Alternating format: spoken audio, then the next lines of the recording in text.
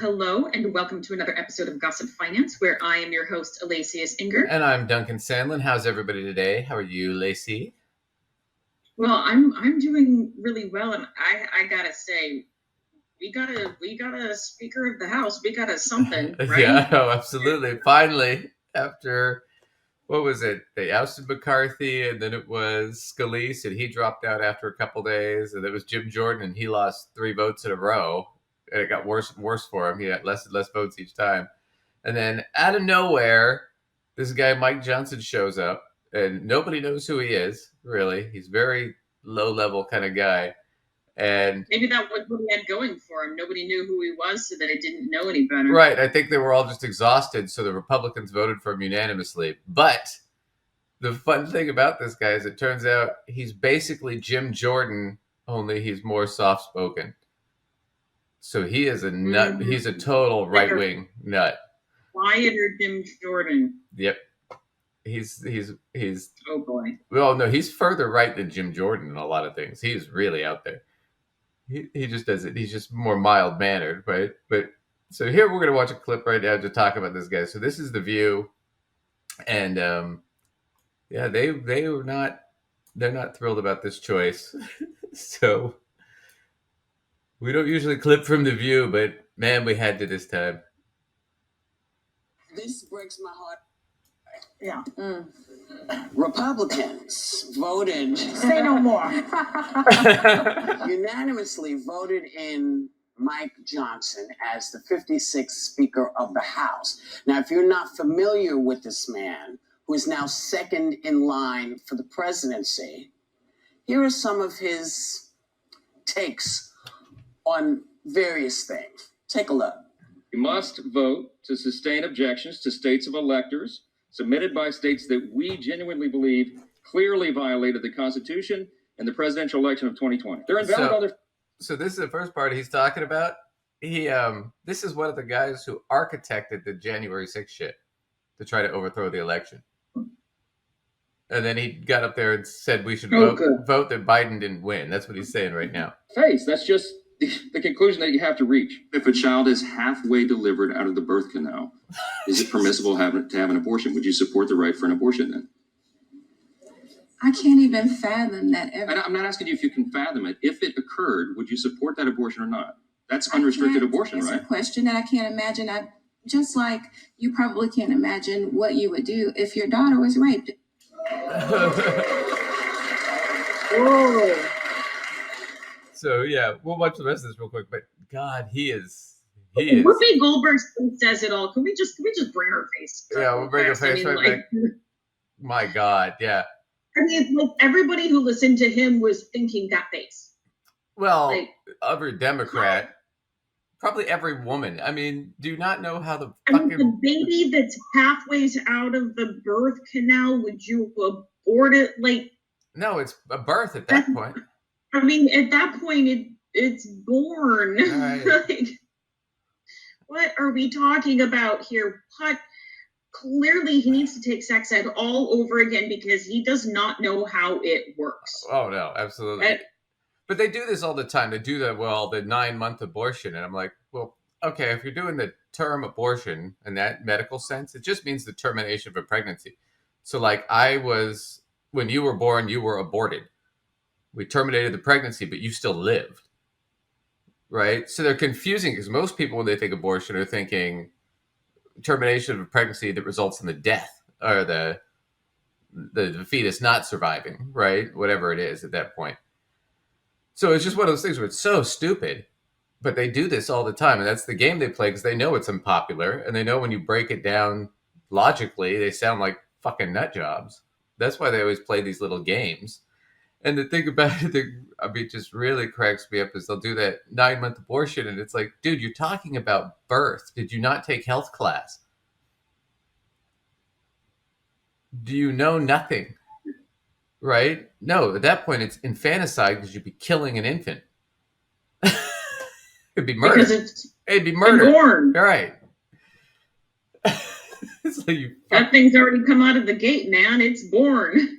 Well, I know, but they can't. It's just psychotic. So, like, he's fantasizing this like strange universe to where like there is a baby stuck halfway in and halfway out, and suddenly somebody is trying to have an abortion. Like, no wonder she's like, I can't imagine it. Like, in what universe is this a thing? Somebody like, never mind, it's halfway out. I've changed my mind now. Right. Like, Well, it's born. I know. It reminds me of, there was an episode of South Park years ago where they were doing this thing about the abortion debate, and Cartman's mother was like, "Oh, I need to abort my son." And they're like, "Well, how many months is he?" And she's like, "Months, 129, because he's a 10-year-old." Right? And so they're like, "Well, I don't know if that's legal." And she goes all the way up the chain, and finally I think she sleeps with Bill Clinton or something to try and get legalized abortion up to like 10 years after birth, that kind of thing. And Clinton's like, "Well, why don't you just give him up for adoption?" She's like, "Adoption, that was the word I was thinking of." But it's like these guys think like you can abort a baby after it's been born. It's like, no, that's not abortion at that point. It's just fucking murder. I mean, they're trying to somehow make it different by being like, okay, but it has one foot that's still inside the mom. oh my God. Like, No, then what are you talking about? Yeah. This is not a thing. It's already half aborted. It's half the pregnancy is terminated. It's just insane.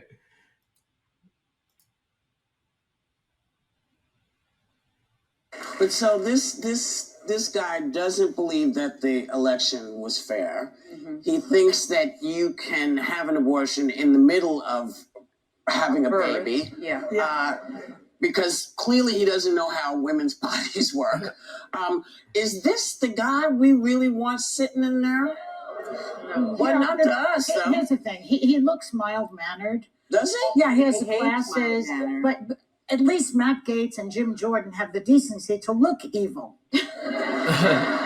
This guy is like a wolf in sheep's clothing. Just watch him. Mild-mannered, anti-abortion, anti-LGBT, anti-climate change. He's a big taker of fossil fuel money. The guy, and by the way, the hubris of these Republicans to go against the will of the American people. American people are all in for women's rights, gay rights, climate change things happening to fix the environment so that we don't all die on this planet or drown on this planet.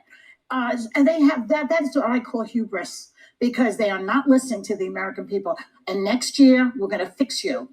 Joy, this guy.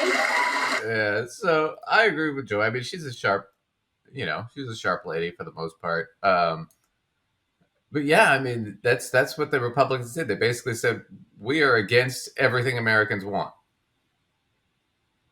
as a whole by picking this guy. That's what they did. And I just want to go through some more of this to show how extreme he is. So this is David Pakman. And we'll do one more thing on the abortion thing, even though we don't, not really our wheelhouse, but I suppose we could debate it if we had to. But here's David Pakman. So Mike Johnson's wife had some issues with gay people. I want to talk about that. Yesterday, we talked about the new Republican Speaker of the House, Mike Johnson, being certainly the most extreme and radical speaker in modern political history. Talked about his agenda-setting power and so many of the other reasons why it really matters who is the Speaker of the House. There are a number of new problems for Mike Johnson over the last 24 hours, probably the least vetted Speaker of the House in history. And now the problems are also focusing in on his wife over an organization, a so-called Christian organization. It sounds almost insane to call it that. A Christian organization that likened being gay to bestiality and incest. Yeah. So here's what's going on. HuffPost has a good report. Mike Johnson's wife takes down website that compared being gay to bestiality and incest. You're not going to be shocked at the sort of organization that was doing this. Take a look at this. House Speaker Mike Johnson's wife took down the website for her company, Onward Christian Counseling Services, a day after HuffPost pointed to documents on the site that compared homosexuality to bestiality and incest. Now remember, No, we'll get into most more of this in a bit, but these are right-wing Christians. What that site essentially is promoting conversion therapy, which, for those of you who don't know, that's where we take gay kids and we torture them for several weeks and hopefully turn them straight. And what ended up really happening was a lot of those kids would go to those camps and either have gay sex because they're there with a bunch of other gay kids and you can't monitor them 24/7, or they'd buy into it and a lot of them would commit suicide. So these camps, Oh, good. but So, they didn't really turn anybody straight. Didn't happen. There were people that claimed they did, but it didn't really happen. So, but that's what she promoted. But that's why she's promoting that it's the same as bestiality and incest, which is fucking nuts. First up, with bestiality, it's not the same because with gay sex, they're two consenting adults at least. Right? An animal cannot consent. Right? no. You know, the other thing too, I mean, it's like the difference between boxing and bullfighting, right? In boxing, both people have to consent to be in the ring. In a bullfight, the bull didn't want to be there. Right? One of those is horrific. The other one's just a sport. I mean, but yeah, and incest, that they're not related. So I mean, I guess they could be, but I mean, that's just crazy shit to me. They just don't understand how anything works. You know, we'll get into I don't even know if I have anything I can say about that because that just literally sounds insane to me. Like it's just homophobia. It's not even debatable because it's so nuts. I know. So they're apples and oranges complete. They're not even apples and oranges. They're apples and battleships. I mean, they're not even in the same category. Yeah. So let's watch some more of this. Ike Johnson has problems with this issue as well, previously arguing that homosexuality should be criminalized if you can think of a more insane thing. HuffPost reported Friday that Kelly Johnson, the wife of Mike Johnson, is owner and CEO of an organization called Onward Christian Counseling Services. Now, I'll tell you right away, just because of the name, we already know a ton about these organizations. There is a movement where non-therapists, remember, they are not licensed therapists, take advantage of the idea of clergy as counselors to say that they provide counseling. They don't say that it's therapy, but they obviously want to be seen as providing an equivalent service to what a psychiatrist, psychologist, licensed independent social worker, licensed mental health counselor, licensed marriage and family therapist. They want to create the impression that they are equally qualified when they are not. So when you look at... Well, and we'll stop that there because these services are even more sinister than you think because it's not just gay conversion. The other thing these groups do is they fund basically abortion counseling, right? And they have these like trucks and vans and stuff that go around. And they have their own clinics. And they sucker women to come in thinking they can get an abortion. And then they basically try to talk them out of it and show them pictures of babies and fetuses. Or scare the hell out of them. Right. You know, making them think that, you know, somehow whatever service they were trying to get was going to be unsafe and like make them die or right. They lie. Or whatever. That right. They put a lot of propaganda out there. Right. And it's definitely disguised. I've read some of the websites, you know, for these, you know, places, and they'll pop up as you're doing research for these varying types of women's services. And you think, you're like, okay, this is a place, I mean, that's not Planned Parenthood, but you think it's like a smaller but like organization. And you'll go and start reading on there and they'll be using as many scare tactics as they can to, you know, make women think that whatever service they wanted to receive is going to do bodily harm and or kill them. Right. No, and then like there's the other things about he wanted to make homosexuality illegal. Right? So sodomy laws again. And I want to, boys and girls, just sodomy laws, not just anal sex, but oral sex is sodomy. So no more blowjobs. This is the anti-blowjob party. I think they should have to live with that. So if you two like your oral, that's right. Also, vote carefully. Also, his big thing was he wants to push a federal 6-week abortion ban. So the fetal heartbeat thing. So once it has a heartbeat, it doesn't have a heartbeat at 6 weeks. By the way, there's no heart at 6 weeks. It's basically an electrical impulse. But he wants to do no exceptions for rape, incest, nothing. Life of the mother, nothing. If you have an ectopic pregnancy and you're about to die or you're going to die from it, bummer. You can't get an abortion. Even though a 30-minute procedure would solve this problem. Plus, I want to do this because I used to remember they would show you like pictures of fetuses and shit. Here is a picture of a 6-week-old fetus right here. Oops. Why did it move out? There it is. Did you see that?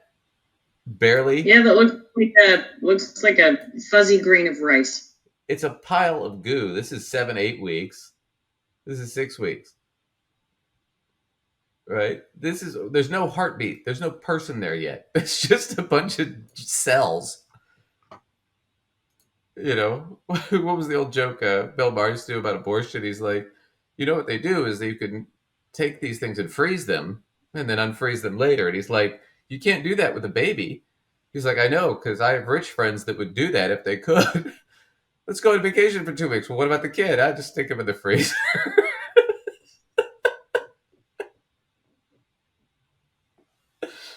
Oh, man. So he's nuts. It gets even worse, though. I mean, he's just got a weird sense of reality. So here's the Majority Report. They're going to talk about some of this. This guy, Alex Salmon, did a whole big kind of expose report on Mike Johnson. And he's going to explain this to Emma Vigilant. And this is just wild stuff. We'll watch this for a minute. And it seems very extreme from that perspective. Yeah, I mean, the evangelicals have got their man again here. So it's, Pence is the Catholic, right? Mike Johnson is an evangelical. This is truly one of their own.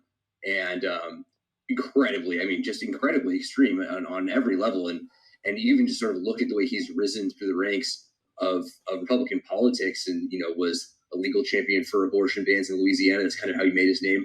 Prior to that, he was legal representation for like a creationist museum. Like he's probably the most prominent creationist, like young earth creationist in the country now.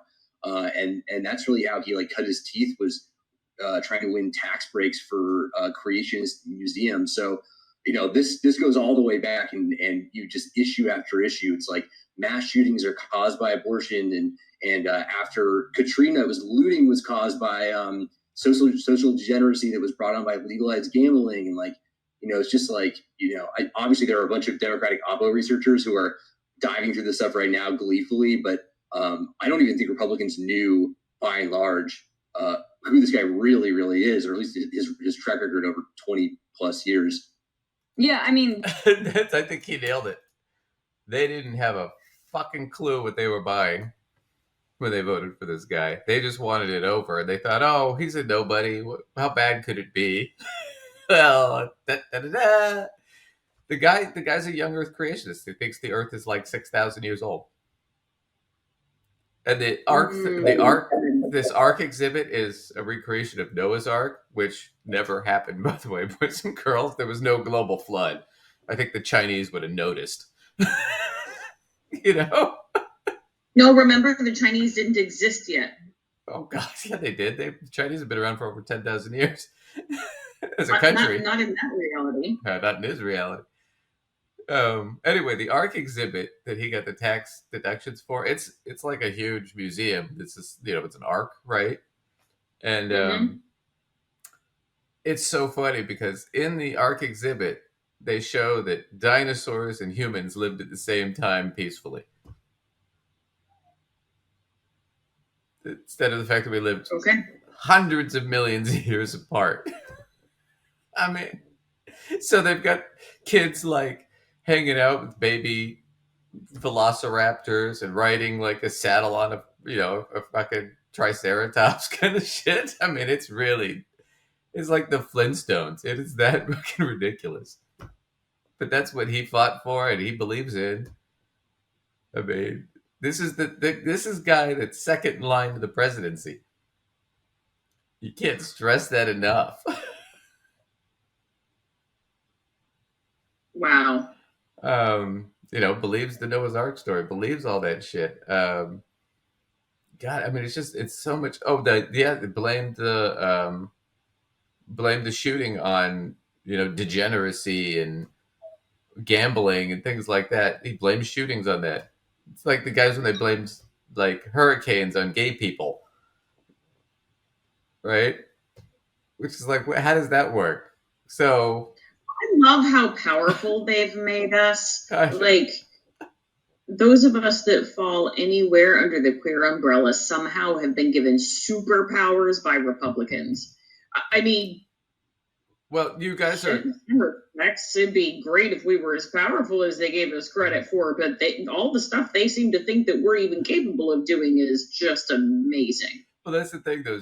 You have to find a marginalized group that's small, right? When you're a fascist, that's what you got to do, which a lot of conservatives are. You got to find a marginalized group that's small and attack them. And when you attack them, they're horrible, degenerate, they're weak. They're trying to destroy society, but they're incredibly powerful and they potentially could destroy society. So they're whatever you need them to be to get your point across, right? So 1 minute they're horrible, disorganized, stupid, weak, degenerate. And the next minute, oh yeah, but they're also brilliant. They're going to take down society. It's like, but it's one of those things where it's so crazy. You're like, which is it? Yeah, no, it's whatever suits the narrative at the time, right? Yeah. And it's the crazy shit where it's like, okay, so the gay people causing hurricanes thing, it's like, how does that work? It's like, so you get a gay cruise in the Caribbean and all that hot, steamy man-on-man action heats up the atmosphere. And then that makes angels in heaven cry, which causes the rain and the hurricanes. What people don't realize is if we get rid of the gays, I mean, they're a very important part of the water cycle.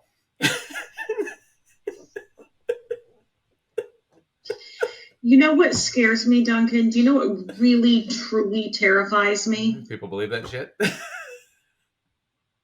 Is there's going to be somebody that's going to have heard you say that and write it up, and you're going to find that stupid thing you just concocted is going to be on some damn website somewhere. I'll bet you. And there's going to be some group of people that are going to buy it. Oh, I'll bet you it's something I heard and vaguely half remembered. I mean, it's already on a website. I'm sure it already exists. Reality. Yeah, I'm sure I didn't create that, but it just cracks me up, man. All right, so we're gonna watch one more clip from the Majority Report with Emma. The efforts to overturn the Democratic results of the 2020 election in the House. Talk a bit about what his role was and how intimately involved he was in legitimizing election denial. Yeah, pretty much at the vanguard of this whole campaign. It was the lawyer. One of the lawyers, obviously, who worked on the legal strategy. He helped sort of build the amicus brief that the Trump team was working with to try to overturn those results. Was intimately involved with the lawsuit in Texas to help facilitate this. And so, at sort of every level of the legal strategy was there consulting and drawing it up. And then also is like totally unreconstructed on this point. Like has at no point said, "Oh, actually, that was wrong. Trump was wrong. There was a mistake." He still, if you listen to his podcast that he does with his wife, is steadfast in this position. So, yeah, is this not? So that's a good point right there. So this is one of the guys who was one of the architects of the coup, right? And tried to, and still denies that Biden won. Still does that whole thing. Now he's the Speaker of the House. Now the question is he still going to be Speaker next year when the election comes around? considering the Republicans' track record, he might be ousted before then, right? But if he is, he's definitely going to try, because they control the funding for the elections. So he could definitely try and thwart the election in the House if Biden wins. And he probably will. And that was kind of the concern with Jim Jordan and Scalise. But now it's with this guy, definitely, right? Right. But so what did he need to do? Right now, he's the new Speaker of the House. What does he need to do? He needs to come out with a really good, first resolution bill, something big, and he needs to get it passed and look good, right? He needs a win to make the Republicans look good here, right? So here's the first bill he passed, and they're gonna talk about it on Morning Joe, and Morning Joe is gonna basically, or Joe Scarborough, who's the host, is basically gonna go on a little rant here, and I almost never agree with him, but basically, Mike Johnson's first bill resolution they pushed out, basically he tripped on his own dick and fell on his face. And that's the nicest way I can put this. Home in his first major move since becoming Speaker of the House, Mike Johnson has taken the bipartisan goodwill of providing aid for Israel and launching a fight with President Biden over his signature achievement while setting up a collision course with the Senate. House Republicans released the details of their aid package for Israel yesterday. It includes $14.3 billion in emergency funding, but here's the catch. The bill rescinds that same amount of IRS funding from the Inflation Reduction Act. The act. Okay, so here's what that means, just in a nutshell. I'm gonna, please, we're not covering Israel. Watch a political show for that. There's so much to cover there. We could sit here and talk for 2 hours about what's going on in Israel. So we're not agreeing or disagreeing with the funding. I mean, I think there should be a lot of caveats on the funding, but whatever. Anyway, so what they're saying is we'll give this $14 billion to Israel for aid to help them out with their conflict with Hamas or whatever. Anyway, we'll do that, but we want to take that from the funding you gave to the IRS. So what happened is for years, and especially under Trump, they cut the IRS really badly. I don't know if you do taxes and stuff, right? Do you remember during Trump, It could take you 2 days to get somebody on the phone because they were so understaffed. Yeah, it was bad. And for people who are tax professionals, there's like a special number. You have a different route, and you'd still wait forever to get anybody. It was maybe a slight improvement over the average citizen, but it was horrible. Right. Way worse. Right. And it was really easy. But when you have it that bad, it's really easy to cheat on your taxes and get away with it because there's no cops around, right? There's no IRS agents. So the IRS was severely underfunded, severely understaffed. Part of the Inflation Reduction Act was they gave all this money to the IRS to hire what was it 8,000 or something, 80,000 new agents. It was something ridiculous.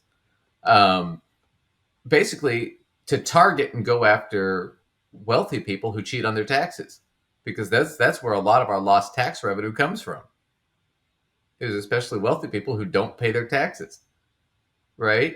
Well, what Mike Johnson is saying is, okay, we'll aid our ally Israel, but you got to take all that money from the IRS because we don't want our rich friends to have to pay their taxes or get investigated for tax fraud.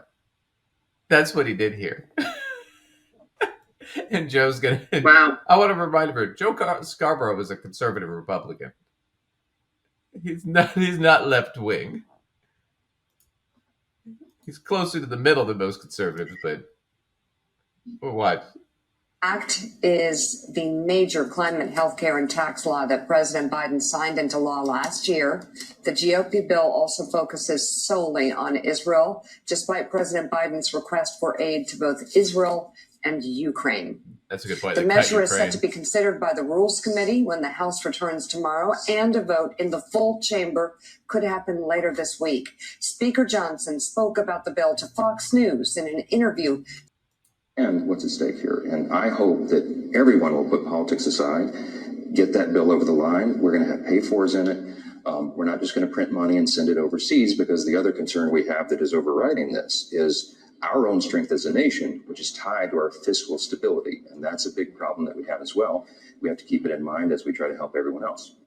If the bill passes the Republican-controlled House, the IRS provisions are all but guaranteed to be rejected by the Democratic-led Senate and the White House, setting up a clash over how to approve the aid to Israel and, of course, leaving Ukraine out of the conversation. Well, of course, leaving Ukraine. Oh, so we'll get to that in a second. But now, Michael, still, though, I mean, it's... Anyway, so here's the deal. So even if they pass this, there's no fucking way the Senate's going to pass it. The Senate's going to reject it. So it's a pointless bill to begin with. Plus, what you're doing is you're saying, instead of helping Israel, which the Republicans are all for, they're big fans of Israel, right? We're going to, instead of helping Israel to fight Hamas terrorists, which is their whole big thing, no, we're going to cut the IRS so rich people can get away with taxes. How are you going to go back and tell that to your constituents? Because that's what your opponents are going to be running against you if you vote for it. So half the Republicans in the House aren't even going to vote for this. They're either going to vote against it or they're just going to vote present. So he has no way of passing this. So when I said he trips... And so when you vote present, for people who don't know how the vote works, when you vote present, is that basically just saying I'm here, but I'm choosing not to vote? I'm just abstain. I'm not voting. I'm here, but I'm not. I'm not voting one way or the other. Right? But that's my point is he needed a win right out of the gate. Because he's right now scrubbing his social media to cover up all this other shit about himself. Right. Yeah, I mean, even for a lot of people on the right, some of his stuff looks pretty cuckoo for Cocoa Puffs. You know what I mean? So like anybody who's on the right that's a slightly more moderate sort of righty is going to be looking at this being like, yeah, I don't know about this guy, you know? Well, and furthermore, they need the independents to win. So it's like if the independent voters are sitting there going, "What? This guy's a fucking nut job," and you voted for him? No, I'm not voting for you.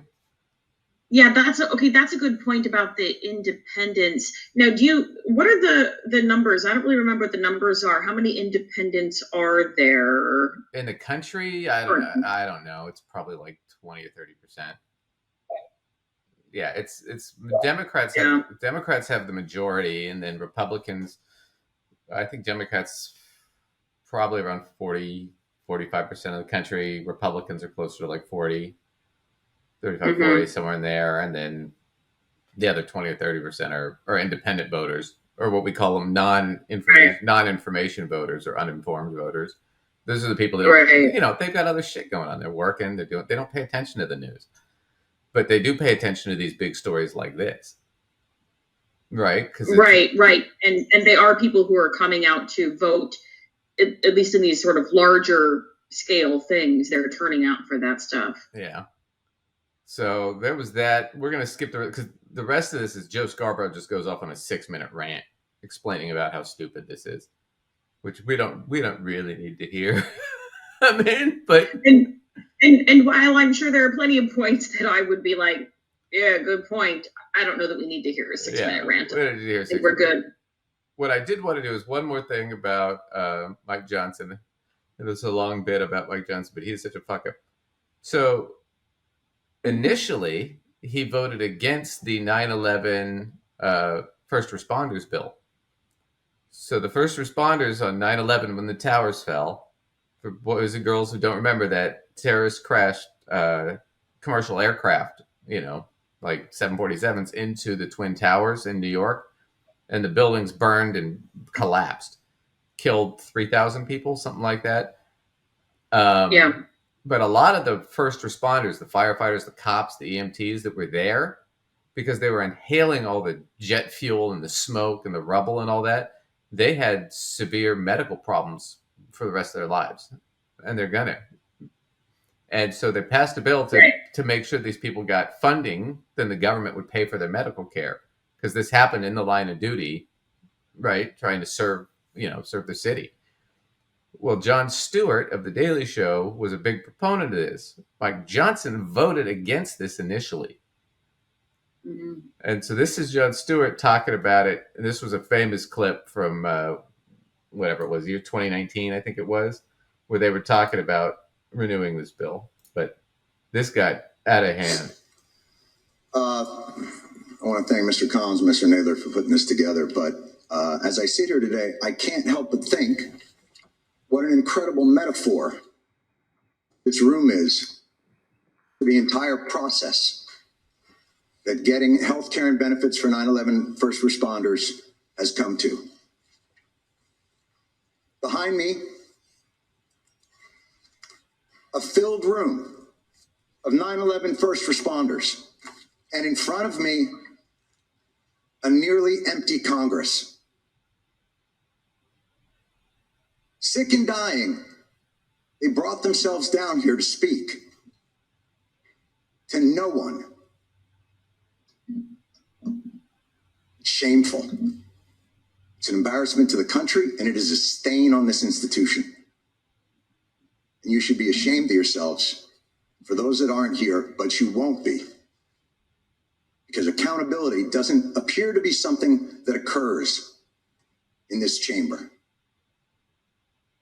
We don't want to be here. Lou doesn't want to be here. None of these people want to be here. But they are, and they're not here for themselves. They're here to continue fighting for what's right. Lou's going to go back for his 69th chemo. The great Ray Pfeiffer would come down here, his body riddled with cancer and pain, where he couldn't walk. And the disrespect shown to him and to the other lobbyists on this bill is utterly unacceptable. So you should watch the whole thing. He goes on for 10 minutes. But he's right. They just threw him under the bus, and it was the Republicans who voted against it. There weren't any Democrats who voted against this bill. It's a no-brainer kind of bill, right? It's an absolute disgrace. I know. But Mike Johnson was one of the guys that voted against it, right? And then he flipped because Jon Stewart did that. That went viral. It was a national news story, right? That whole speech by Jon Stewart. And then furthermore, one of the guys that he mentioned that was testifying with cancer testified later that day, died a few days later. I remember that. Living in New York State, that's all been very big news. Yeah. I have friends that were just simply living in the city at the time that were not first responders that have medical issues that are ongoing ever since, just by their proximity to the site and, breathing in, the toxicity that was in the air and just all of it. Yeah. And to pull the funding that people need for themselves and their families when they were serving their city and their country at that in a national emergency is absolutely asinine. No, it's totally crazy. Anyway, I want to play one more clip about that. So this was the local news channel in Louisiana where Mike Johnson's from, and they covered this story, but they're going to cut right to the chase. Our top story this morning, the House Judiciary Committee is set to vote today on the 9/11 Victims Compensation Fund. It was an emotional hearing. Jon Stewart and first responders called out politicians for not already providing full funding. I can't even believe we're talking about this, but the fund has paid out claims to 22,000 first responders. But according to the World Trade Center Health Program, there are roughly 95,000 who could be eligible. 4th District Congressman Mike Johnson sits on the committee people considering whether to renew the funding. Mr. Johnson, you made a point earlier, and it was one that we have heard over and over again in these halls, and I couldn't help but to answer to it, which was, you said, look, you guys are obviously heroes, and 9/11 was a big deal, but, we have a lot of stuff here to do. And, we got to make sure there's money for a variety of disasters, hurricanes and tornadoes. But this wasn't a hurricane, and this wasn't a tornado. And by the way, that's your job anyway. We can't fund these programs. You can. He's right. Yeah, we spoke with Johnson. He tells us that the fund could be expanded to 2090 with no ceiling. Sadly, we're about to cross the tragic landmark where we've lost more people from 9/11 than we lost on 9/11 because of the illnesses, cancers, and other maladies that have befallen the people who were there and helped. John Stewart was there, and he's been a very passionate advocate for the first responders. And as I told him after the hearing, and I said publicly during the hearing, I understand this myself. I've experienced it. My own father was a firefighter who was critically burned and permanently disabled in the line of duty.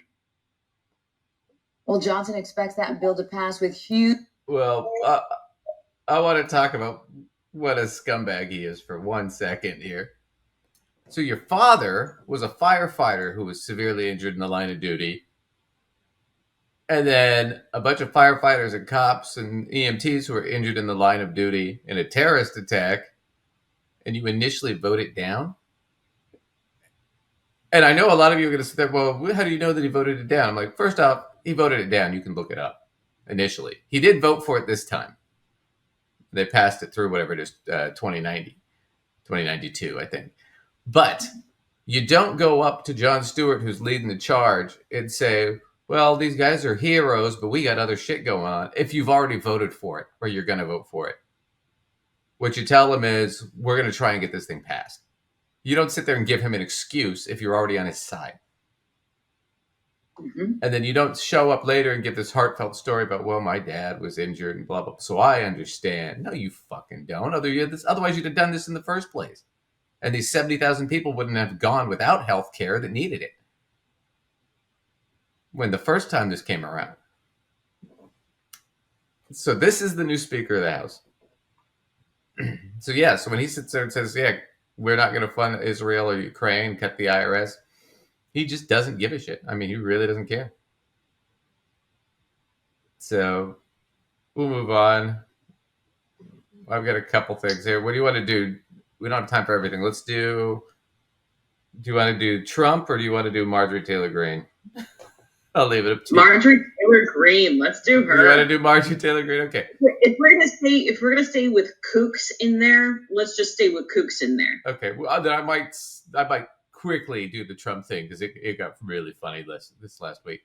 So Marjorie Taylor Greene. What was it? No. Let's do this first though. Let's do the Kentucky one. So Kentucky had a big governor's race, and this is a big deal. So Kentucky, Trump won it by 26 points, right? And in fact, Kentucky, they always vote Republican in Kentucky. The two Republicans senators in Kentucky are Rand Paul and Mitch McConnell. Kentucky, the worst. Fucking worst. Kentucky, incredibly red state, right? Very gerrymandered, blah, blah, blah, right? So, new thing that happened in Kentucky, they had record registration for voting in the last couple of years. And now, how'd that go? Now Kentucky is 48% Democrat and 43% Republican. So Kentucky is now a majority blue state. What alternate universe have we suddenly found ourselves on? I mean, did you ever think in your lifetime you would live to see a moment where we would have a conversation about Kentucky of all places being blue? Turning blue? Well, I got to tell you, with the Gen Z kids and the millennials, it kind of makes sense now. Not if you'd have asked me 10 years ago, I'd have been like, no fucking way. I mean, but now the question is, who's going to be last? I don't know, Mississippi. Who's it going to be? You got to get that Confederate flag off your state flag. And Anyway, so whoever the governor is in Kentucky is going to have a lot of control over what gets vetoed and passed, right? As it comes down to a lot of the voting rights stuff in the bills. Well, the governor there is a Democrat right now, but he's running, and he's running against a Republican, and they had a debate, and basically he mopped the floor with a fucking Republican. It was embarrassing. The incumbent kicked some ass. It was really embarrassing. So we'll watch a quick clip of that.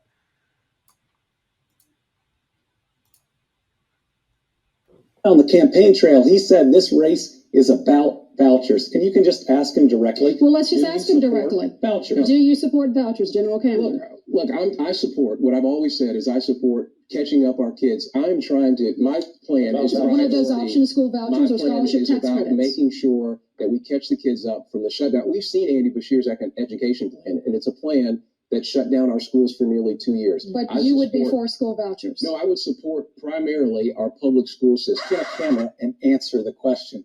I oppose vouchers 100%. The reason he won't answer is he supports vouchers. He has time and time again, but what's concerning is he won't be honest with you. And it was at this moment he knew his campaign. So this is the Midas Touch who's reporting on this. I forget this guy's name. I'll look it up here in a second. But so vouchers, what do you think about vouchers?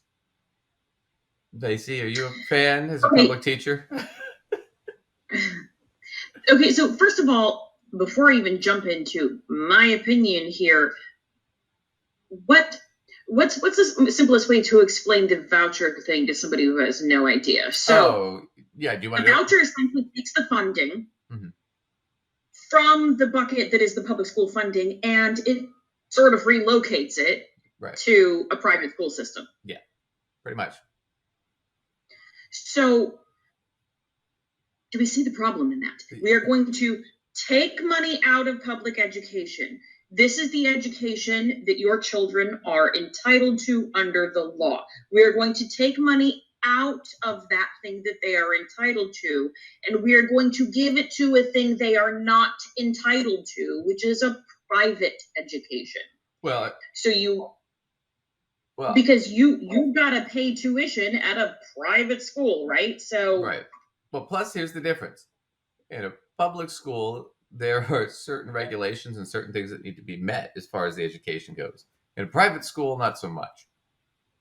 Right. So I'm required by the state of New York to make sure certain skills and standards are met by students that we'll table whether you agree or disagree with them, but they do have to hit certain benchmarks. Sure. And in private schools, they can essentially teach whatever curriculums they want. These same public benchmarks are not necessarily, some of them just will do that anyway, right? But they're not really required to. So you don't really have a guarantee that's what's happening. No, but in all fairness, just to give an extreme example, but here's my point, and this is true. So if I'm one of Lacey's students, I go to, say, Alacius, Miss Anger, is the earth round or flat? What are you required to say? I'd be smart enough to tell you to look it up, but it's round. It's round. It's like an I tell you to look it up. Right, but at these other schools, at a private school, like, and this is how we got Mike Johnson, you can, there are a lot of them are telling them, no, it's flat. You can say that and teach them that it's flat. Even though we know for a fact that it's round, it's circular, it's a sphere, right? That's what he's talking about. So he wants to prop up these right-wing religious schools. But what Lacey pointed out was great is you're taking it out of the public school system, so all these other kids that can't afford private schools, even with vouchers, basically get no education. Well, that's exactly my point. I have concerns over curriculum and standards and whatnot as well. Sure, we can argue. But my primary concern, even prior to that, we can argue that all day long, is removing funding from the school system that all of the children are entitled to use. Right. And have access to. So it becomes sort of an elite access situation. You can also argue that by using these vouchers and giving some public funding to these private schools, maybe people in income brackets that aren't as high can have access to them. Well, that's great. There are still many, many students whose families are at the poverty line and maybe a little above, maybe a little below, but are not going to, even with voucher systems, be economically capable of getting into them. Or say they're sort of in this middle class situation where they actually still, like, they can't meet the economic guidelines to be able to, they can't get the voucher thing for free, but they can't, so it's still, it's still not the same. The vouchers don't even really It's cover not the same as the public education. No, and the vouchers don't really even cover the full cost, so you're paying out of pocket a lot of the times. Well, that's the point. It's like, here, we'll give you this voucher worth this amount off of the tuition, but then you're still going to be responsible for this amount, which is still going to be a problem for many, many families, even like in the middle class scenario. So it's still removing funding from the public school system, and it's putting it into a situation, making it look like you're going to give more students access, but the reality is parents aren't going to get full tuition covered, so they're still not going to have access to it. It's still going to be for the more elite, the richer families and the upper middle class scenarios, and it's still going to shut out all of these other students, plus the schools their kids can actually go to are going to be struggling even more than they already have been. Right. And we've seen studies on this. When you do these kinds of programs, the overall education goes down. The test scores go down overall. But what they try to do to massage this is they only count the kids that are in school or in the private schools, right? So they cut it down quite a bit. So you can't get a real... And let's also pose the idea that teachers are not required to be nearly as qualified in private schools as they are in public schools. Right. You don't have to have degrees even to teach private school. You don't have to have degrees, and you don't have to have any education in education at all. No, you could be a high school dropout. You have to have a bachelor's degree in something. Usually they want you to have a bachelor's degree in something, but you don't have to have any understanding of child psychology, of how students learn, of teaching and learning strategies, of curriculum and instruction. You have none of that, as opposed to you are required in pretty much any state in public education to have a bachelor's degree, and many states you really can't get a job if you are not at least enrolled in a master's degree program, if not already have one. Right. Anyway, so just to clarify, so Governor Beshear of Kentucky, basically the guy, Cameron was his name, who ran against him, basically that debate pretty much shined a spotlight because Cameron is run on vouchers and abortion bans. And that's what the governor hammered home. And it's not popular in Kentucky because, as we pointed out, Kentucky is now 48% Democrat. So this is a big deal because if he gets reelected, the current Governor Beshear, right, there's a good chance. I mean, I don't know what the total chance is, but there's a decent chance Kentucky turns blue, which could mean 1 to 2 seats in the Senate, another, half a dozen to a dozen seats in the House. And it could go for Biden. So it changes the electoral map pretty drastically if Kentucky turns blue. So that was kind of the takeaway. But yeah, I mean, Jesus Christ, let's push vouchers in the South where the kids are already the least educated in the country. I was going to say, honestly, now I haven't looked at the most recent data, but for many, many years, Kentucky's pretty much been on the bottom. And so education in the state of Kentucky for voters, education, the informed voters are really listening because Kentucky's been in the bottom 10%. Or 10 states, yeah. Right. In like the very bottom section of the list, Kentucky's been on it time in, time out. And so the voters of Kentucky, they really care what you are going to do with the money to education. They don't want you taking money out of education because they want it to be stepped up, not down. And you'd have to really sell them quite a bill of goods to try to convince them that moving money out of public education is somehow going to make Kentucky's education stronger. Yeah. So, yep. So we'll see how that all plays out, but I'm pretty sure that was a televised debate, and I'm sure he's going to run ads over and over about how Cameron won't state his position. Cameron lies, blah, blah, blah. But I'm sure it's over for Cameron. So anyway, we wanted to get to this for Lacey, Marjorie Taylor Greene. So for the Israel thing, there's another House representative named Rashida Tlaib. And I think she's Palestinian, but she's a Muslim. And she was talking about how Israel's basically just bombing civilians in in Gaza, which is mostly Palestinian, right? Almost all Palestinian. And they've oppressed the Palestinian people quite a bit. That's not really up for debate. The UN has called Israel an apartheid state. It said they're worse than South Africa during apartheid. The way they treat the Israelis treat the Palestinian people. So Rashida Tlaib made a comment on that. Marjorie Taylor Greene said, well, she took it out of context. Said, well, she's anti-Semitic, which wasn't what she said. She wasn't criticizing Jews. She was criticizing Israel. Right. And basically filed a motion to censure, meaning Rashida Tlaib can no longer serve on committees. She can no longer introduce bills. All she can do is sit there and vote.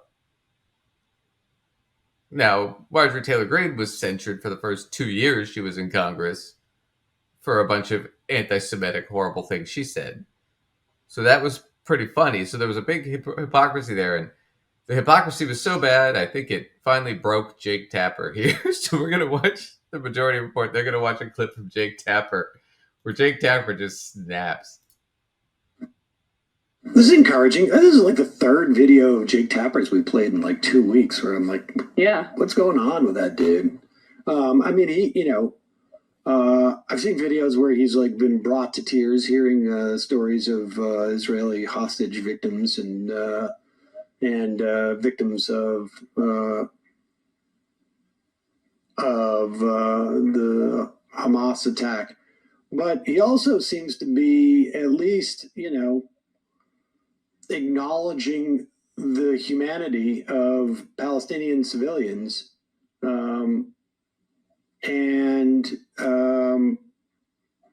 Even in the context of with Jim Jordan, where he had people come on and they're going to vote for a guy who literally turned his back on. It was Stefanik, right? Elise Stefanik saying that, or Nancy Mace, I forget who it was, but saying that Jim Jordan, he could get Democratic votes because they trust to work with him, and Tapper almost laughed in her. Jim Jordan from Ohio laughed in her face. Yeah, I mean, Tapper. We'll skip to Tapper. We'll skip to Tapper, but yeah, they're making a good point. That's right. It's Marjorie Taylor Greene. And it gets worse, because when you read Greene's resolution, you realize we should say that Marjorie Taylor Greene introduced a resolution to censure. Go ahead. That's right. It's Marjorie Taylor Greene. And it gets worse, because when you read Greene's resolution, you realize it is written by someone who seems to have learned about the Arab-Israeli conflict maybe 10 minutes before, who maybe didn't even have access to Wikipedia. And B, while there are plenty of valid criticisms of Congresswoman Tlaib, this resolution twists a bunch of things that she said beyond recognition. And C, the resolution seems much more focused on January 6th than it does on October 7th. Throughout its pages, Marjorie Taylor Greene describes this act of civil disobedience from a bunch of left-wing Jewish groups that are critical of Israel's government, this act as an insurrection. This is not an insurrection.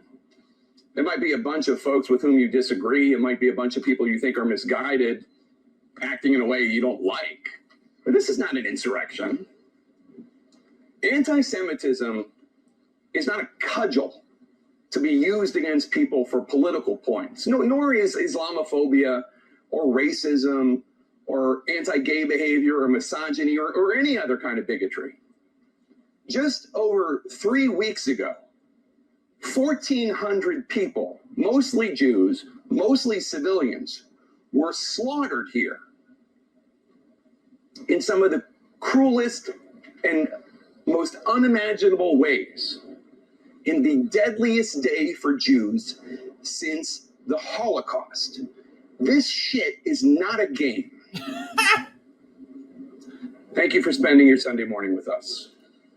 So, yep, basically, Jake Tapper snapped. That was a fuck you, Marjorie Taylor Greene. This is not a game. Well, so she filed a thing to censure. So, what's her name? Ballant. Rebecca Ballant, who's a Democrat from Vermont, turned around and she filed a motion to censure Marjorie Taylor Greene for anti-Semitism and racism and homophobia and all this stuff. And I'm not going to play this whole thing because this goes on for a long fucking time. I'm just going to play a minute of it so you can get a taste. But this is Rebecca Ballant. I like her. She's sharp. But this is her resolution. For what purpose does the gentlewoman from Vermont seek recognition? Mr. Speaker, is this on?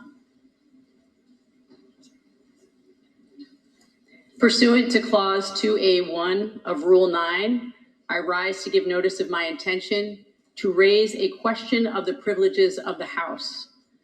The form of the resolution is as follows. House Resolution 610, censuring Representative Marjorie Taylor Greene.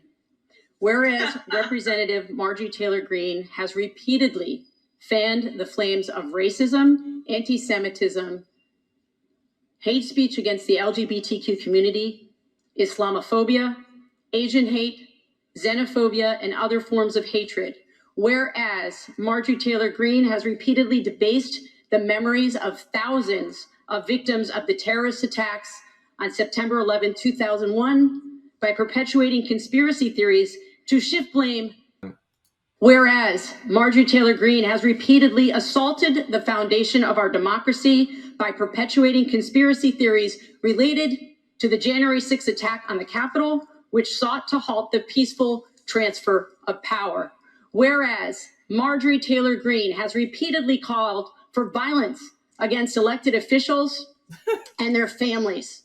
Whereas Marjorie Taylor Greene has repeatedly espoused anti-Semitic rhetoric and conspiracy theories, including through inflammatory evocations of the Holocaust. Whereas on May 20th, 2021, Marjorie Taylor Greene said that the mask mandate in the House of Representatives was akin to Jews being put in trains and taken to gas chambers in Nazi Germany. Whereas on May 25th, 2021, Representative Marjorie Taylor Greene tweeted, quote, "Vaccinated employees get a vaccination logo, just like the Nazis forced Jewish people to wear a gold star." Okay, I'm going to cut it there.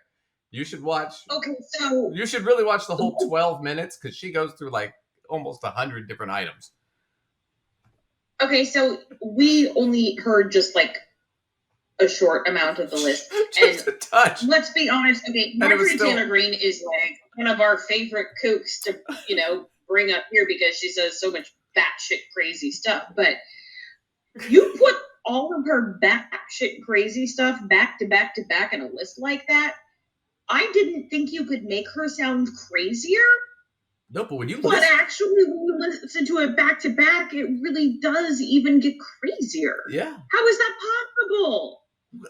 It's funny because like comedians have been doing this too, where they list all the horrible shit Trump does, and that's a comedy sketch, and all they did was list the shit he did. Well, my question is, how on God's green earth did she get elected? I mean, did she manage to somehow hold her shit together through some sort of duration of time? She's a carpetbagger. So what that means is she found a district that's incredibly far right and then went and ran there. And because it's incredibly far right, she didn't really have anybody to compete with.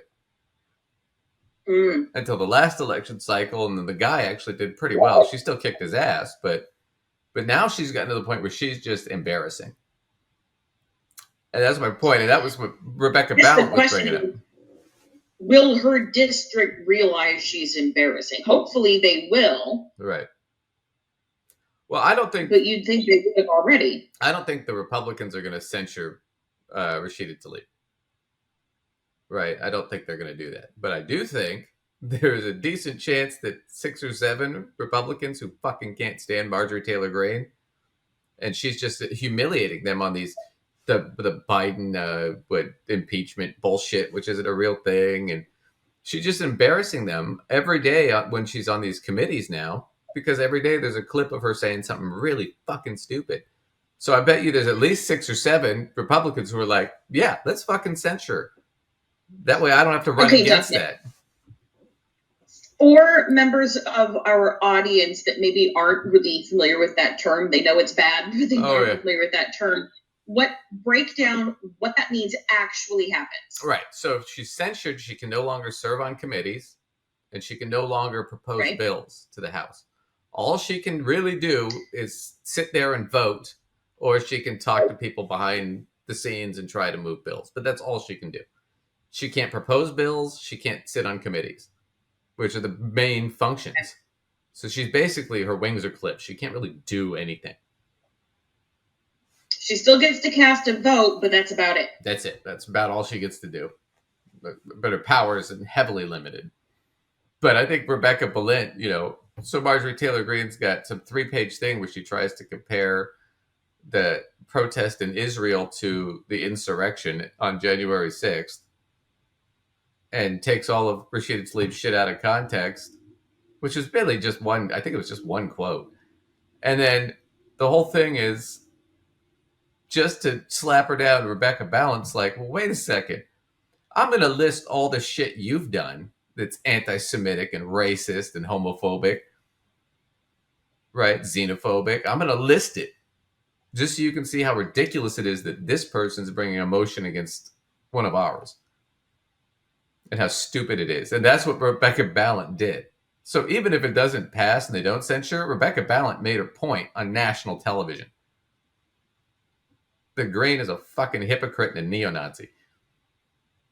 Can you imagine if you were one of the Republicans serving in the House and you were one of the more moderate Republicans, one of the more like seemingly kind of normal ones, conservative, but like relatively normal? Yeah, they're all Can you imagine looking around and being like, who are these kooks that I am serving with that are theoretically on my side? Right. How I can't help but almost like feel a little compassion for somebody who's like one of the more sort of moderate conservatives with these like total nutbags that they kind of are supposed to be trying to work with. And yeah, I don't know. But they've all sold out. So it's like this whole thing about not all Republicans are evil. And I'm like, well, here's the deal. You either are a racist or a bigot or homophobic or whatever, or you vote for that. Right? There's a point where we've all been to, and I've said this before, we've all been to that party in college where you're standing there at the party looking around going, man, everybody at this party is an asshole. And then you think to yourself, wait a second, I'm at this party. And you go, oh no. Oh no, I should probably leave. Oh no. It's probably time for me to get out of here. So that's kind of my attitude about it. But I thought Rebecca Ballant. I mean, you're the asshole or the asshole in training. Well, or you support assholism. Right, something. It's bad all the ways. Oh man. So let me do this real quick. Well, the one little quick thing. So Trump, so he got a gag order in the New York case, which is the one about his businesses.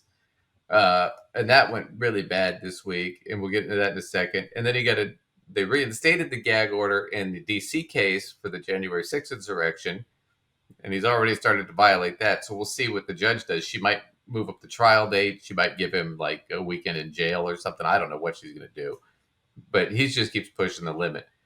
Anyway, what happened in his New York case? So if this case goes through, he's basically broke. he can't do business anymore, and they're going to fine him probably $250 million that he doesn't have.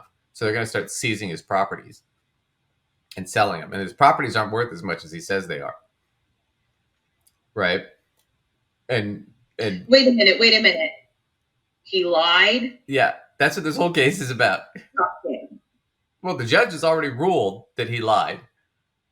Now we're... No, I mean, how much his properties are worth. Like, well, I mean, he's lied about everything else. Like, oh, shocker, he lied, you know? Yeah. So Lied anyway, about that. Michael Cohen, his former lawyer, who did, a year in prison, almost 2 years in prison, I think it was, something like that, for covering up the Stormy Daniels thing for him, testified because Michael Cohen was a part of all that. So Michael Cohen goes to testify. He's there for 2 days. He was there Tuesday and Wednesday of last week, right? And on Wednesday, they did the cross-examination. So Trump's lawyers were questioning him. And this is what happened. We'll get into this a little bit. I'm just going to, give it to you up front. So what happened is one of Trump's lawyers, they were asking him these questions. The DA's guy wasn't really objecting. He was just sort of letting it slide. But he was asking him all these open-ended questions and saying, answer yes or no. Right? So it'd be like if I said, hey, Lacey, what did you do on Tuesday? Answer yes or no. It's not really a yes or no question. Right. So they were doing that, trying to pull that shit to try and make it sound like he was lying, right? And then finally they asked him, well, did Trump ever directly ask you to change the numbers? And Michael Cohen says, no, not to my recollection. They were like, but you said he did, so you lied, right? And then Trump's lawyer got up and said, I want whatever it's called, like a direct dismissal. I want a dismissal of this case right now because he lied and he's the witness, and their key witness lied, so you should dismiss the case. And the judge is like, no, I'm not dismissing the case. First off, he's not the key witness. The documents are the key witness. Second off, I already ruled that he's guilty. We're just arguing about how much he knew. Right? So that's a stupid thing to do. It never fucking happens in court. But Trump got all upset and stormed out of the court and yelled at the press, see, he lied and I should be acquitted and blah, blah, blah.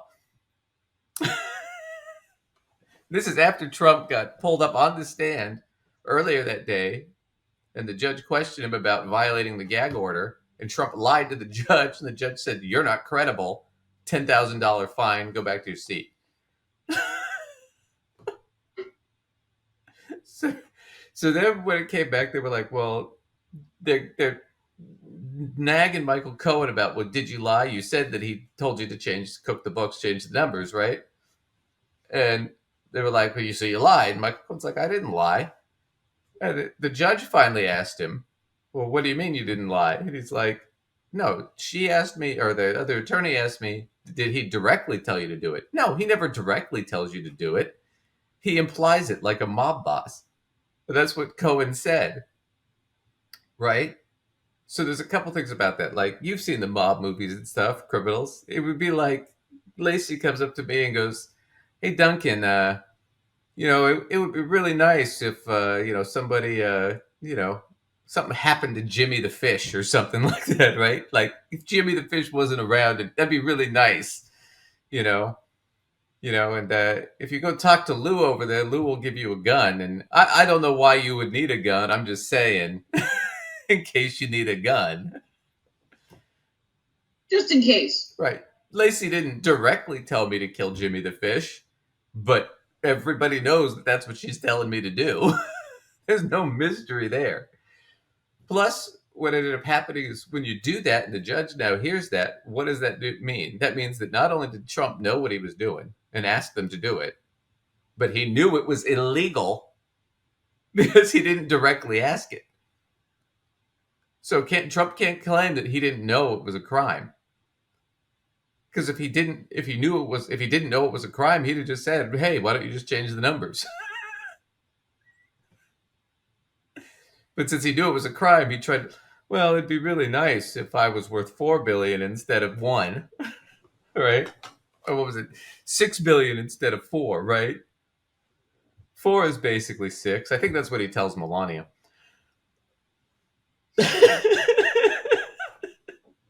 It's the same. 4 and 6 are the same. Anyway, we'll watch a clip from from Chris Hayes on this. But that he thought he was going to have his Legally Blonde moment where they just dismissed the case for no reason at the end, right in the middle of the trial. He thought that was going to happen, and it didn't. And he threw a big tantrum.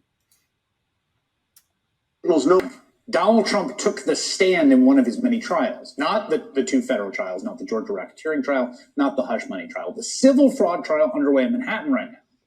Trump's been attending every day, doesn't apparently have anything better to do, and he was summoned to the witness stand by the judge himself to answer for a potential violation of a gag order the judge imposed 3 weeks ago. That gag order came after Trump posted a photo to social media of the court's clerk attacking her. And the gag order banned Trump from, reasonably, I'd say, quote, posting or speaking publicly about the judge's staff. Well, this morning, Trump went to the cameras outside the courtroom and he said this. If we had a jury, it would have been fair, at least, even if it was a somewhat negative jury, because no negative jury would vote against me. But this judge will, because this judge is a very partisan judge. Well, I want to remind you, he doesn't have a jury because this woman right here in the blue blazer, his attorney, forgot to check the box. Didn't bother to fill out the papers right. Oh, and it's not even filling out. It's literally checking a box. Do you want a jury trial? Yes. She didn't even check the box. It was a...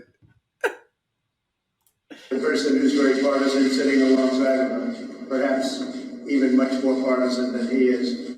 He said the judges with a partisan person sitting alongside him. The judge took issue with that comment, summoned Trump to the witness stand to answer for it. He asked him, quote, to whom were you referring when you said the person sitting alongside of him? You and Cohn, Trump said. The judge asked, are you sure you didn't mean the person on the other side of me, my principal law clerk? Yes, I am sure. Later, the judge asked Trump, quote, don't you always refer to Michael Cohen as Michael Cohen? No, Trump said. His attorneys jumped in to help him out, with Chris Kise insisting many things even worse than that. Lena Haba adding, quote, yes, Your Honor, I can confirm that much worse. The judge then made his decision, and I quote the judge here, as the trier of fact, I find the witness is not credible that he was referring to my law clerk, who is principal law clerk, who is sitting much closer to me, who doesn't have a barrier, whom I believe has been accused by the defendant of being partisan or Democrat or partisan Democrat.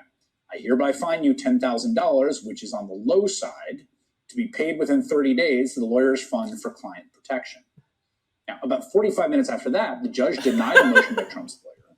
And to the apparent surprise of his attorneys, Trump stormed out of the courtroom with Secret Service chasing behind. Irate and red-faced, he stopped, only to talk to the scrambling... I want to talk about Secret Service chasing behind. How much of a chase do you think it would be? A fat guy like that? The president's Probably leaving. We gotta pursue the chase. Should we finish watching this movie first? No, we got time. It's gonna take his fat ass at least an hour to get out of the courtroom.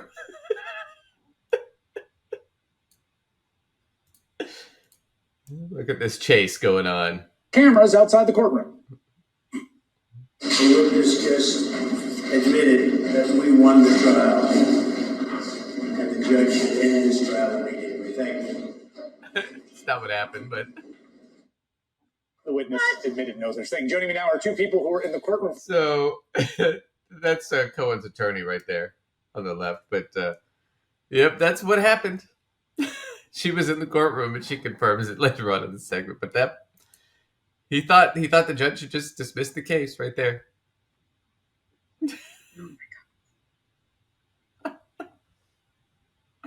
I can't even. Oh man. Well, let's do that was the news. Let's do one clip and then we're running low on time. So let's just wrap it up and we'll do the rest of this next time. Sound like a plan? That sounds like a great plan. All right. So this is a clip that came up. It's we haven't seen this. It's a Dave Ramsey clip. It's called "How Can I Pay Off Debt at My Age?" So you ready to go, Dave Ramsey, and see if he does some good personal finance advice for once in his life? He's bound to get it right. He's bound to get it right once. Brought to you by the EveryDollar app. Start budgeting for free today. Beverly's in Dallas. Hi, Beverly. Welcome to the Ramsey Show. Thank you. Thank you for taking my call. Sure. What's up? Well, I'm a little bit different than a lot of your callers. I'm 74 years old. And I wish to goodness I'd started listening to you 20 years ago, but I didn't, so I'm starting today. Okay. I have about $31,959.26 to be exact in credit card debt. And I know that I want to get busy and, as you say, gazelle-like in paying that off. But I also have $57,623 left on my house. Dave, I'm 74 and I'm in good health. I want to pay off all this credit card debt, but is it okay if I just continue making payments on my house while I'm still young enough and healthy enough to travel and do things and then pay for it? I mean, obviously continue making payments, but you know what I'm saying. Yeah, but the more stable the sooner your house is paid off, the more stable your last year's will be. Not necessarily, but okay. Right. And so that's the trade-off. Obviously, you need to clean the credit card debt up before we talk about travel. Right. Okay, but right. And do you have any money? I do. I'm retired, and I have like $425,000 in an annuity with it's a fixed index annuity with a lifetime rider. Yeah, pay both the loans off tomorrow. How? Do what? Pay both the loans off tomorrow. How? Okay. Out of that annuity. Oh, you fucking idiot. And wow. God, he's such an idiot. So, Duncan, take a minute and explain for our viewers what that would mean she would have to do, because annuities, everyone's heard of them, but they're kind of mysterious to people. They're mysterious. They're kind of a tricky sort of financial instrument that most people don't totally understand how it works. So what does that mean she really has to do? Okay, so an annuity is reverse life insurance. It's an insurance product. So as where life insurance pays you upon your death, an annuity pays you up until you die. So typically what you do is you pay into an annuity over years, or you put it like a big lump sum of cash, and then they take that, they give you some interest rate, and hers, it's a fixed income. So an income annuity is usually, or a variable annuity is usually attached to an index or something, and it can go up or down. A fixed annuity gives you a fixed rate going forward, and a fixed income gives you a fixed rate, plus it attaches part of it, the cash, to like the S&P 500 or something. So it can go up, but it can't go down. Right? Now, the way they factor this is it's based on the amount of money versus your life expectancy, and then they pay you like a monthly payment. Right? So I don't know what the fees on it are, but just to estimate real quick, she's probably getting $4,000 a month on this thing. That's my guess. So let's say she got 6%, because she's 74. She's got probably 12 years, because I think life expectancy is 86 for a woman. So compute.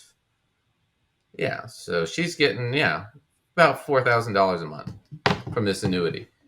All right. Now here's why it's a bad thing. Now, if you sell it before it annuitizes, right, before it starts paying out, if you try to take money out of it, there's usually a 10% penalty tax from the IRS. She's 74. That's probably not the case. It's probably annuitized. She's getting payments. So she's probably getting $4,000 a month from that. Now, if it's a qualified annuity, it means it's like a pre-tax thing. She put money in, didn't pay the taxes on that money. So if she's taking the money out, she's getting ordinary income tax on all that money. So if it's qualified, she's going to get hit with a huge tax burden, right? If it's a non-qualified, she's only getting taxed on the interest that it's earned, the money that it's earned, right? The cash. I don't know which it is. We need to know that before we start advising, because if she takes out, 57 plus 30, $89,000, 90 grand, we'll call it, out of that annuity. It could be that 90 grand, all of that or a chunk of it is income. On top of it, she's taking out $4 grand a month for the year, right? Which is about $50,000 roughly. So that's 50. And now she's got the extra 90. So now she's at 140,000. Plus now she's over the limit. So now 80% of her Social Security is taxable, right? So let's say she's getting $2,500 a month in Social Security roughly, right? So that's another 30,000. Where was I? It was 90 plus 50, so 140 plus that, so 170. So now she's in that tax bracket. She's in the $170,000 tax bracket. Let me do this real quick. We'll just do a tax calculator real quick and figure that out. Here we go. It's tax calculator, 170,000. Let's say she's single. I don't know if she is or isn't, but we'll do that. 70,000. Come on, baby. And I don't know where she lives. Did it say where she lives? She lives in Texas. So Dallas, Texas. Okay. So her total tax burden for the year after that will be $43,000. Okay. So $43,000. So to take out that amount of money, she's got to take out the 90,000 plus what she made and all that. She's got to take out another 43,000 on top of that 90,000, at least, probably more than that, probably closer to 50. So now she's getting raked in taxes, depending on how much of that is taxable. If it's a non-qualified, then not all of that's taxable, and it might be less. It might be that only 10,000 is taxable or 20,000 is taxable, and that's not as bad, but it's still going to up her taxes by several $1,000s. But we don't know the answer to this yet. We don't know if it's going to be she's going to have to pay an extra $5,000 in taxes, or if she's going to have to pay an extra $40,000 or $20,000 or $30,000 in taxes. So he doesn't know any of that, and he's already saying just pull the money out, which is insane. Right. Yeah. Well, again, one of the problems here with Ramsey Network is that it's very one size fits all advising they do, and one size absolutely does not fit all. I mean, that, and he doesn't understand how an annuity works. We're missing, chunks of information, obviously, but even just on the surface, just pulling at the idea of the annuity and understanding how penalties work and etc. already puts this in the column of advice that doesn't really make that much sense for this person. No. Not to mention, I have to tell you, we all know that between the two of us, I am the person who is much more on team get rid of the debt. Right. But not if it's going to cost not gonna you. Lie, I'm not asking somebody to do something like that costs them a lot. A lot of teachers, because by day I am a teacher, come to me and say, do you think I should take money out of my, and they rattle off one of our retirement accounts as a loan so I can, pay off this other thing. And, like they're wanting, or just take a withdrawal out of my whatever. And I'm not usually a fan because the cost is frequently so much. I want them to get rid of the debt, but man, just deal with your auto loan. Don't start taking money out of your retirement. Like, leave that money there. Right. Well, here's the other thing. So there's the tax issue, which right away spooks me because I'm like, okay, she's gonna get raked to a degree. It's just a matter of what degree. Right. Really, that already just adds up before you even go anywhere else. To be honest with you, we haven't done anything. Mm-hmm. But the bigger issue, as I would be telling her, is it's not just the taxes. Once you take out a big chunk like that, the annuity payment amount goes down because it's calculated by the total amount in the account versus how long you're going to live. Those are the two main numbers that go into that equation, right? So I just did a quick estimate. If she pulls 90 grand, she's only going to be able to take around 3,000 a month. A little bit more than that. So she's losing $900 to $1,000 a month. Right? So if you take that, I mean, and if she lives more than 8 years, she's lost all that income from the growth. Right? So she's negative cash now. We'll pause because you froze.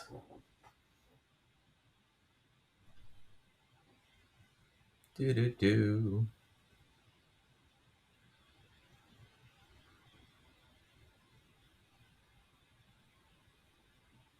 Gosh, what's going on?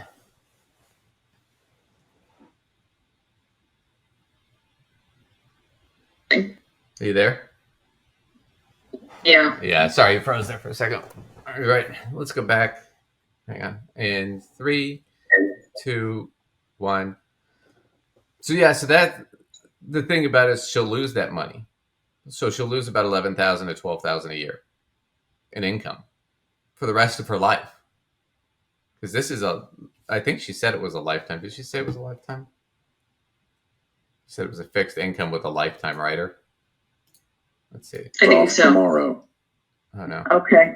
Fixed index annuity with a lifetime rider. Yeah. Yeah. So if she lives to 90, she's got to live off less. The other thing is if she wants to use that as an estate, this is a bad idea because if she gets hit by a bus tomorrow, the amount that the annuity will pay off to her estate is going to be $90,000 smaller. Except for she'll have the equity in the house, which is fine, whatever. But is it really worth the $57,000? Are you getting $57,000 in equity? Nah, not really. And then on top of that fact, it's like, okay, so there's that, and you have to live on less money. Right. So she's going to get hosed financially if she withdraws that amount of money. On top of that, and I just remembered this because it's been a long time since I've sold an annuity. And they can be really great tools for certain people. They're not for everybody. So don't jump into an annuity right away because they're not for everybody.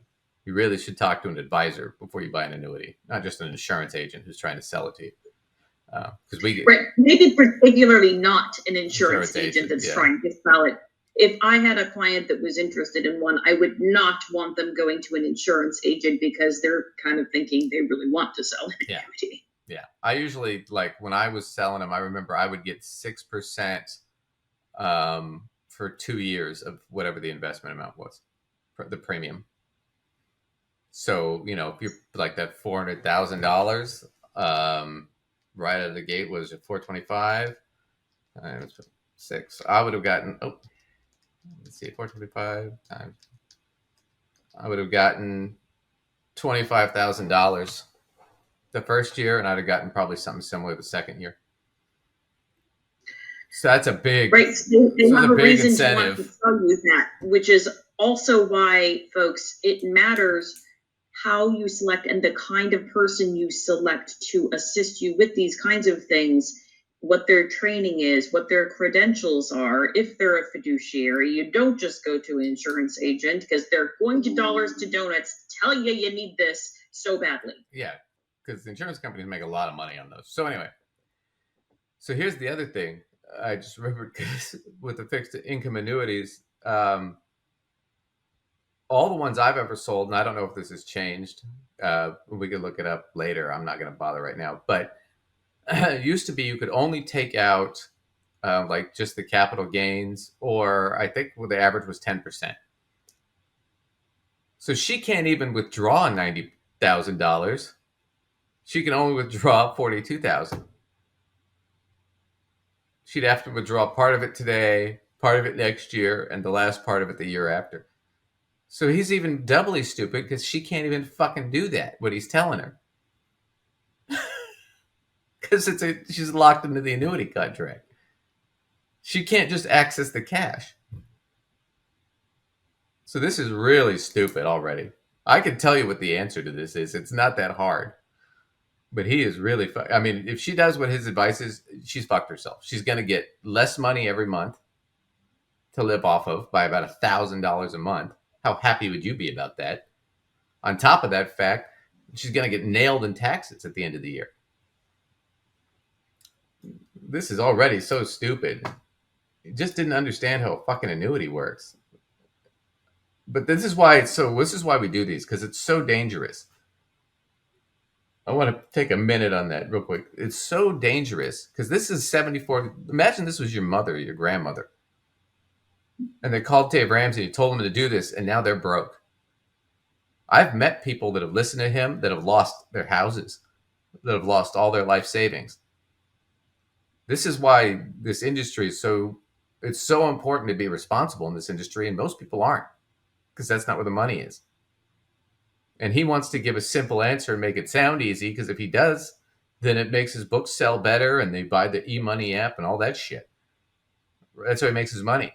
If he actually sits down and explains it like I did, he's not gonna gain a big audience. So he's just doing this for what's good for Dave, even though this woman's gonna get royally fucked. And he doesn't care. He doesn't care if she gets nailed. Doesn't care at all. Didn't even bother looking it up. Pay both the loans off tomorrow. Do what? Pay both the loans off tomorrow. She can't. Okay. Out of that annuity. And I have about $40,000 in stocks, Textron and Computer Share stocks. Okay, I would cash that out and pay, and then take a little more out of the annuity, and make sure you have an emergency fund set aside, and you're 100% debt free by the end of the week. No mortgage, no credit cards. Cut up the credit cards, Beverly. It's time for plastic surgery, not because you're 74, but because you use credit cards. Well, I haven't used those credit cards in about 3 years. Good. Okay, so I don't know what that. So the stock thing is like, okay, I suppose she could take out the money in stocks and pay it off. But my attitude is, you're 74. What if you need the cash? You don't have time to make it back. I think I feel like that one is really, whether she should sell the stocks or not, it's going to be like a personal preference situation. Yeah, because on one hand, if you need the cash, that's an easy thing for you to liquidate to get the cash. Yeah, you can get it in a couple days. And also on that same team, and different reason, but for keeping the stock, is she said she's in good health, whatever, but at the age of 75, you don't know how long. And when you pass away, who inherits your credit card debt, Duncan? Nobody. It goes away. Nobody. It dies with you. Who inherits your stocks? Your family, or whoever you want it to give it to. Whoever you wrote down on that on your tiny will. little piece of paper called a will, right? So, granted, you're dead, so maybe you could be of the thought of, I don't actually care, right? Because you're dead. So you know what? I'm going to say that there's a school of thought there too. But your credit card debt will just go away with you, but your stocks will live on, and you could liquidate your stocks if you had an emergency and you needed to. Right. However, if you are somebody who's very debt adverse and you want that to go away, and you just don't want to have those payments for the remainder of your years, and those stocks aren't really giving you a lot of income anyway or whatever, you might want to liquidate them and get rid of the credit card debt, because that's your personal preference. And if that's what you want to do, do it. Have fun. So you know, if this was a question on the Series 66 license, the financial advisor license for the SEC, if this was a question on the CFP exam, right, the Certified Financial Planning exam, this is like a gimme question. All right. And I'll tell you why, because the answer here is, what's the best advice you could give them? It's so simple. So she's got 74. She's probably got Social Security, right? I'm guessing she's getting $2,500 or maybe $3,000, maybe $2,000 to $3,000, whatever it is. She's got the $4,000 a month from the annuity, so she's got $7,000 a month. $6,000, $7,000. She's doing okay, right? She probably lives for like $4,000 or $5,000 a month, whatever. We could figure this out and ask her, but she's got steady income, and no matter what happens, she's not going to lose that income. Because both those incomes are guaranteed for her lifetime, right? which is the one nice feature about an annuity. They'll pay you for the rest of your life. You got to get, that's why you get that lifetime rider on there. That thing is freaking worth it if you're going to get an annuity. So she's got that $6,000 or $7,000 a month she can count on, right? But she's got $37,000 in credit card debt.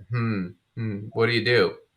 You go to your bank and you say, hey, can I get a personal loan at a much lower interest rate on that $37,000? You get the loan, you pay off the credit cards, and then you just pay that loan. Right. Somebody her age with her stability, she could, I'm guessing her taxes probably look good. She could probably get her loan, say, for 8 or 9%. Let's say 9, just to be fair. 7,000, and we'll say, whoops, what is this? Boom. And let's say she wants to pay that off in 5 years. What would the payment be? Well, that seems really high. Well, that's why. 37,000, not 370,000. That'll change the numbers when you add an extra zero. So she'd pay $9,000 a year, so $790 a month if she wanted to get rid of that in 5 years. And she wouldn't have to dip into her stocks. She wouldn't have to lower her annuity payment. She wouldn't have to pay excess tax for pulling money out. And her payments are probably lower than what they are in their current state. Oh, and it's lower than what she would lose in her lifetime annuity payment every month. Because she'd be losing almost $1,000 a month in her annuity payment. And in this case, she's only paying $800 a month to pay that off in 5 years. Right. And she still has that $4,000 a month instead of $3,000. So she actually nets a lot more money in the end, provided she lives long enough. Right. And if she Duncan, dies, 6 o'clock. Yep. And if she dies, oh well. Like you said, the money goes away. Anyway, that was our show. Dave fucked it up again. So anyway, Lacey, where can everybody catch you? We're shocked. we're shocked. Yeah. We really expected them to have the win this time. Oh yeah. He was gonna get it eventually. He's got to get it eventually. So where you know what? Everybody gets one eventually. That was just not his day, though. Yeah. We did a much better job. Yes, we did. Anyway, you can find my material at mysensewithsense.com for articles I've written, information about courses, workshops that I do. If you have questions about those things, or if you find a fun clip you want to send us, because we love those. You guys have sent us some good ones so far. Please email them to us or invite yourself on the show, request topics, etc. And Duncan, where can they do that? You can email us at gossipfinancead@outlook.com. It's right down below. Thanks everybody for watching. Good work today, Lacey, and we'll catch you guys all next time.